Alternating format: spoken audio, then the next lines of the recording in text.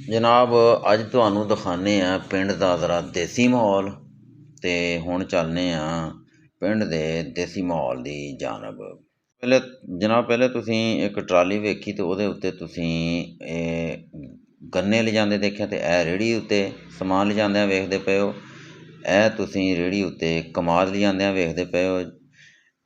दिखाउण दा मकसद वे कि नवीं टैक्नोलॉजी बेशक बड़ी फास्ट हो गई है, लेकिन गल्लां जेहड़ियां ਇਹ ਦੇਖਣ ਨੂੰ ਬਹੁਤ ਘੱਟ ਮਿਲਦੀਆਂ ਜਿਹੜੀਆਂ ਸਾਨੂੰ ਇਸ ਟਾਈਮ ਬਹੁਤ ਚੰਗੀਆਂ ਲੱਗਦੀਆਂ। ਨਵੀਂ ਜਨਰੇਸ਼ਨ ਨੂੰ ਭਾਵੇਂ ਬੁਰੀਆਂ ਲੱਗਦੀਆਂ ਹੋਣ, ਲੇਕਿਨ ਚੰਗੀਆਂ ਲੱਗਦੀਆਂ ਨੇ। ਅਤੇ ਹੁਣ ਜਨਾਬ ਦੇਖੋ ਪਿੰਡ ਦਾ ਹਰਾ ਭਰਾ ਮਾਹੌਲ ਜਿਹੜਾ ਦੇਖਣ ਨੂੰ ਵੀ ਚੰਗਾ ਲੱਗਦਾ ਅਤੇ ਸੁਣਨ ਨੂੰ ਵੀ ਚੰਗਾ ਲੱਗਦਾ।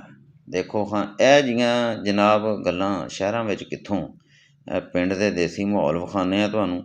ਅਤੇ ਇਹ ਇੱਕ ਡੇਰੇਦਾਰੀ ਇੱਥੇ ਅਸੀਂ ਆਏ ਸਾਂ ਅਤੇ ਤੁਸੀਂ ਵੇਖਦੇ ਪਏ ਹੋ ਪਿੰਡ ਦੀਆਂ ਗੱਲਾਂ ਦੇ ਵਿੱਚ ਹਾਲਤ ਪਿਓਰ ਪਿੰਡ ਦੀਆਂ ਗੱਲਾਂ।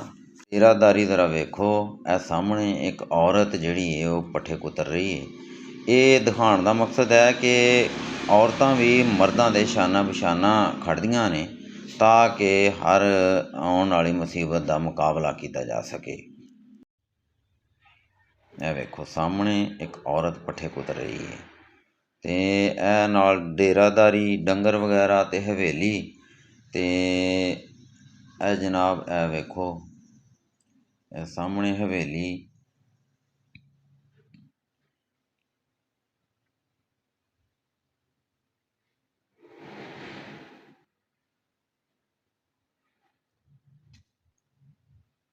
ਅਤੇ ਇਹ ਉਤਲੀ ਸਾਈਡ 'ਤੇ ਜਿਹੜਾ ਨਾ ਮੈਂਡਰ ਹੈ, ਇਹਦੇ ਉੱਤੇ ਉਹ ਮੰਜੇ ਡਾਏ ਜਾ ਰਹੇ ਨੇ ਤਾਂ ਕਿ ਬਹਿਣ ਦਾ ਸਮਾਨ ਕੀਤਾ ਜਾਏ। ਅਤੇ ਇਹ ਜਿਹੜਾ ਤੁਹਾਨੂੰ ਵਿਖਾਉਂਦੇ ਆ ਨਾ ਜਨਾਬ, ਇਹ ਹੈ ਇੱਕ ਟੋਭਾ। ਇਹ ਹਰ ਡੇਰੇ ਦੇ ਨਾਲ ਬਣਾਇਆ ਜਾਂਦਾ ਡੰਗਰਾਂ ਦੇ ਪਾਣੀ ਪੀਣ ਵਾਸਤੇ। ਅਤੇ ਇਹਦੇ ਵਿੱਚ ਮੱਛੀਆਂ ਛੱਡੀਆਂ ਜਾਂਦੀਆਂ, ਆਮ ਤੌਰ 'ਤੇ ਲੋਕ ਛੱਡ ਲੈਂਦੇ ਨੇ ਤਾਂ ਕਿ ਵਕਤਨ ਫਕਤਨ ਯਾਰਾਂ ਦੋਸਤਾਂ ਦੇ ਆਏ ਅਤੇ ਪਾਰਟੀ ਸ਼ਾਰਟੀ ਕਰ ਲਈ ਜਾਏ।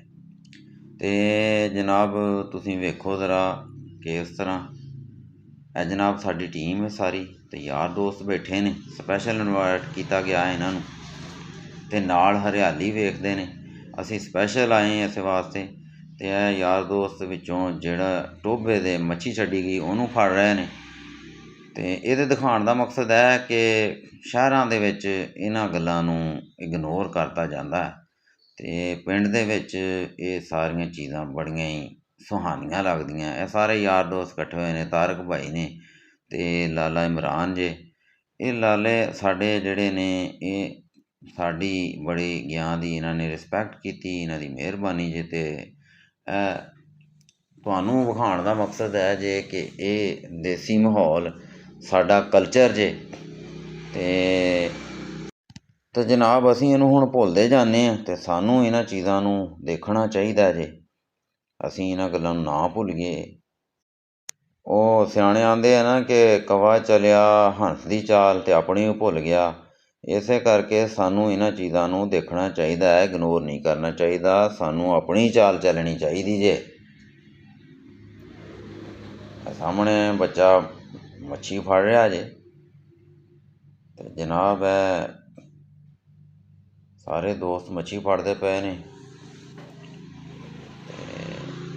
ਅਤੇ ਦੋਸਤ ਹੋਰ ਵੀ ਇਕੱਠੇ ਹੁੰਦੇ ਜਾਂਦੇ ਨੇ ਅਤੇ ਇਹਨਾਂ ਦਾ ਮਕਸਦ ਇਹ ਹੀ ਜੇ ਕਿ ਇੱਥੇ ਇਕੱਠੇ ਹੋ ਕੇ ਸਾਰੇ ਪਾਰਟੀ ਸ਼ਾਰਟੀ ਕਰਾਂਗੇ। ਅਤੇ ਇਹ ਸਿਰਫ ਪਿੰਡਾਂ ਥਾਵਾਂ ਦੇ ਵਿੱਚ ਹੀ ਇਹ ਚੀਜ਼ਾਂ ਦੇਖੀਆਂ ਜਾਂਦੀਆਂ।